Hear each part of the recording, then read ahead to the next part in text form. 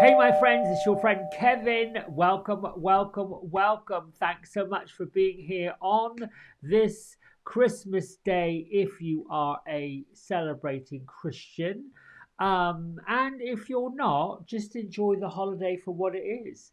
Here is your divine daily blast. Okay, so we are in a universal angel numerology day number 9, which I call Declaration Day, or make a declaration, do something with it, but also the elements of a number 9. Now, this is angel numbers and numerology combined. Says, well, it's really a question. What are you waiting for? What's the hold up? The 9 energy brings with it a time to be creative, artistic, kind, caring, giving, and self sacrificing, but not by compromising anything. A 9 individual is likely, that's somebody who's got a birth number of a number 9, like a humanitarian, someone with healing abilities, therapist, energy worker. But it's definitely a day to pursue passions and chase after life's purpose. So, in other words, stop procrastinating. If you're into tarot, pull out the card of the Empress or the Hermit. And if you want to pull in the divine energy of the archangels, Archangel Michael, Gabriel, are your two friends for today. The elements of Virgo are present on a 9 angel numerology day, like get organized, put things into alignment, write down the things you want to accomplish, which I know if you're in the Western world, you are celebrating the birth of Christ, which might be, well, I need to do more celebrating. I need to be around these friends more. That being said, obviously, Jesus has been with us all week, although I believe this particular version of the Master Jesus is a reminder that we are in the act of service and that we are worthy of being compensated for our services. When the Master Jesus shows up, he's basically asking us to dip into the fruits of our labor in order that we will be supported and be able to help other people. Many, many, many, many spiritual helpers and healers and friends operate from an empty cup, and that's not what we're supposed to do. Archangel Haniel is with us all week long also as a little helper, saying that the downloads of intuition, psychic abilities, psychic messages through dreams, and people for that matter, is coming towards us. The information is absolutely a glimpse into the future. Your psychic gifts and heightened awareness at the moment is essential. So take the time to record what is coming up from within you and what's coming up around you. What's the signs of the woo-woo that you're getting? And trust your intuition and the psychic gifts. That's really huge. Now, we have our angel affirmation card that I shuffled and pulled this morning, and this one comes from Archangel Raphael. With my emerald green ray of light, I can bring your body and soul back into alignment for optimal health and balance. Your affirmations to use for him is, I am deserving of vibrant health. I honor my body, and my body honors me. I honor my body and my body honors me. I love this. And you can surround yourself in a lovely emerald green bubble. And you can make the affirmation or the statement or the prayer, I am the keeper of my mind and my body. And wherever love is present, fear is a stranger. Then tap your heart 3 times with your right hand. Love is here. And you say this 3 times. I am the keeper of my mind and my body. Wherever love is present, fear is a stranger. And love is here. Tap, tap, tap. I am the keeper of my mind and my body. Wherever love is present, fear is a stranger. And love is here. Tap, tap, tap. I got that from Carl Gray. Basically, it changes the current the divine benevolent being that you are, the star that you are, it changes it and moves it around. Why is this so important? We might be feeling a little dejected, a little rejected, a little odd on this day. Well, no accident that on my pad of worthy post-it notes, I should pull this one. Rejection is God's protection.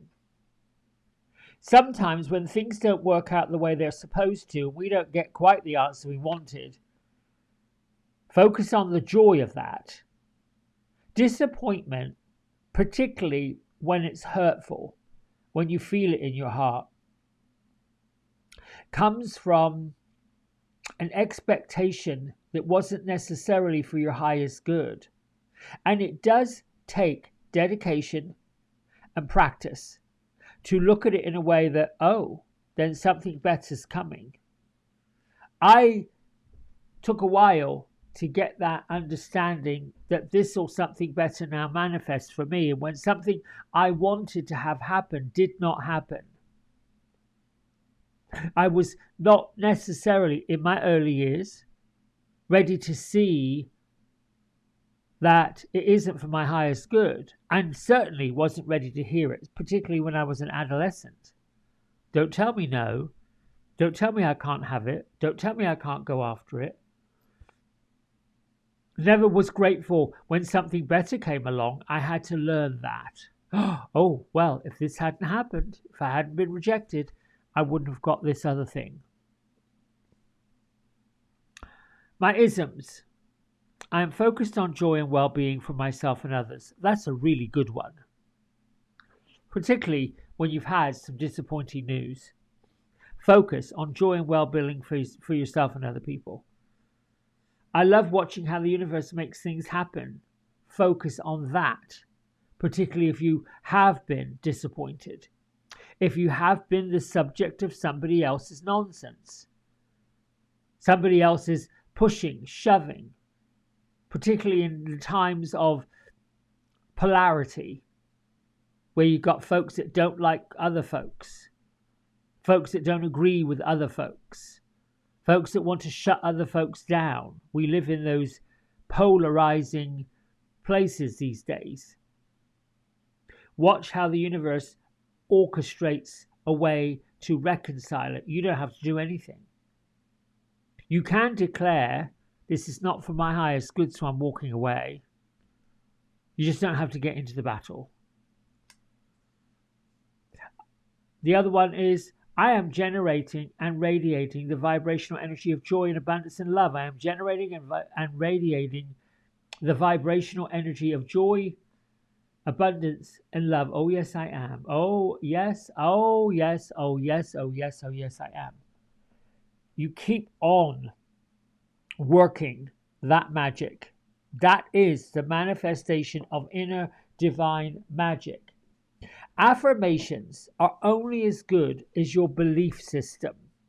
If underneath the affirmations you're saying, yeah, right, like that's going to happen. If you're doing that, and you've always done that, and you've always had that underlying subliminal sabotage, that's your ego going off to work saying, you know what, we don't need this mess, thank you very much, you can take your bucket of joy somewhere else. No, you want the bucket of joy, but your ego doesn't know what to do with it, because your ego thinks, well, I don't know where that's going, and I don't know that that's safe. Well, let's see what happens. That's where you start turning the corner. You begin to acknowledge the ego part of yourself, because it has to be acknowledged. It can't be ignored. Let me tell you something, people. When I've tried to ignore my ego, it starts roaring and screaming and coming back. So now I have to make a decision to say, oh, now, can we get to the point where, what do we do? How can we work with this? The ego's the fear. That fear is going to win if you let it. So how do you manifest it? What do you do to orchestrate the fear? Well, you find joy. Okay, well, you can't go from a really, really deep place of fear and just push a joy button and expect it to all change. No, we sort of have to gently tiptoe our way back toward love. And that can be like an inner conversation, or getting with a really close friend and sharing the fear. I've got some amazing friends who are not frightened of telling me the truth. And I am always up for that. I know when my ego is kicking in, I start telling stories. I start going off into big conflabs, which is to me a conversation that just goes flabbity, flabbity, flabbity, flabbity, flabbity, flabbity, flabbity, until someone says, for goodness sake, stop it, get to the point. And it's usually the point that I am wanting to run away from. All right. The moon is in Scorpio today, which is a little intense. So it might be that yesterday, as it was coming from Libra into Scorpio, could have been some intense energies with that transition. But hopefully things worked out okay. However, in the event that they didn't, think about what life is presenting to you right now. So when things don't quite work out the way they are, yes, Gertrude, Beatrice, and they have this fabulous. I wanted to find out why they're walking through this enchanted city, and they told me. If you bury your head in the sand and you don't acknowledge that something's not quite right, why? The something that's not quite right is starts screaming and shouting. So it might be a pretty good day to say, ooh, what do I need to learn from this? And it could be, I just need to drop it. That could be what you need to learn. All right. Gertrude and Beatrice, come on. So yesterday, day before yesterday, Monday, they opened these big gates and we were looking down upon this lovely, sparkly, enchanted city. Everything was sparkling. Everything was doing all this stuff. And then yesterday they were walking through these alleyways and streets where the floor was like cobbled and there were gold bricks on the cobble. Not like the Emerald City, but it could be, magical. It was magical of the mind. And every door, every window had all sorts of lovely things inside of it. And up ahead, there was no color. It was just this etching. It was this sort of like, this is your future, but you've got to put the colors into it. Well, now they've gone through that piece and they're walking back out of this enchanted city, or the city of enchantment.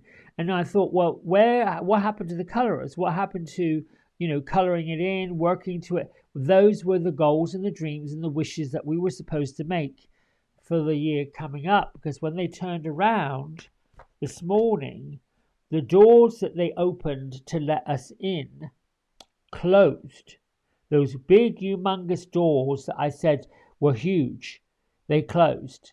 And when they showed me to turn around, when I turned around, the year 2024 was on the inside of the door. So when they closed the door, this is the closing of 2024. And they're saying that this time between the holidays and before we get to the new year of 2025, which aren't doors, there's no doors with that on it. It's just wide open spaces. They're saying this is your time to shine and this is your time to sparkle. That's their message. I love all of this. I am deserving of vibrant health. I am watching how the universe makes things happen. I'm focused on joy and well-being for myself and others. I'm generating and radiating the vibrational energy of joy, of abundance, of love. Oh, yes, I am. Oh, yes, I am. All of these things, this is the time of the year, the calendar year, that we should be doing this stuff.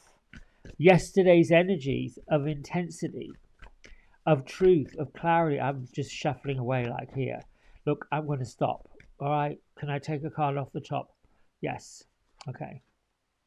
I'm always wondering what this is card going to reveal. I love it. When I'm doing readings, I like to see, ooh, what are we getting? Oh! Peace. Connected journey. Balanced and clearing. It's number 28. The 2 and the 8 adds up to 30, which is number 3.